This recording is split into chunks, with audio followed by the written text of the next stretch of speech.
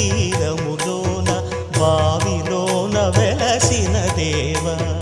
మహిలో జనులకు మహిమలు చాటి ఇహ పరముల నిడు మహానుభావ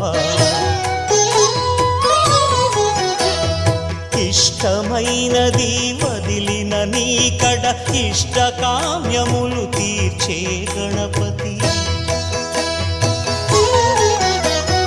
కరుణను పురియుచు వరములను సగుచు నిరతము పెరిగే మహాకృతి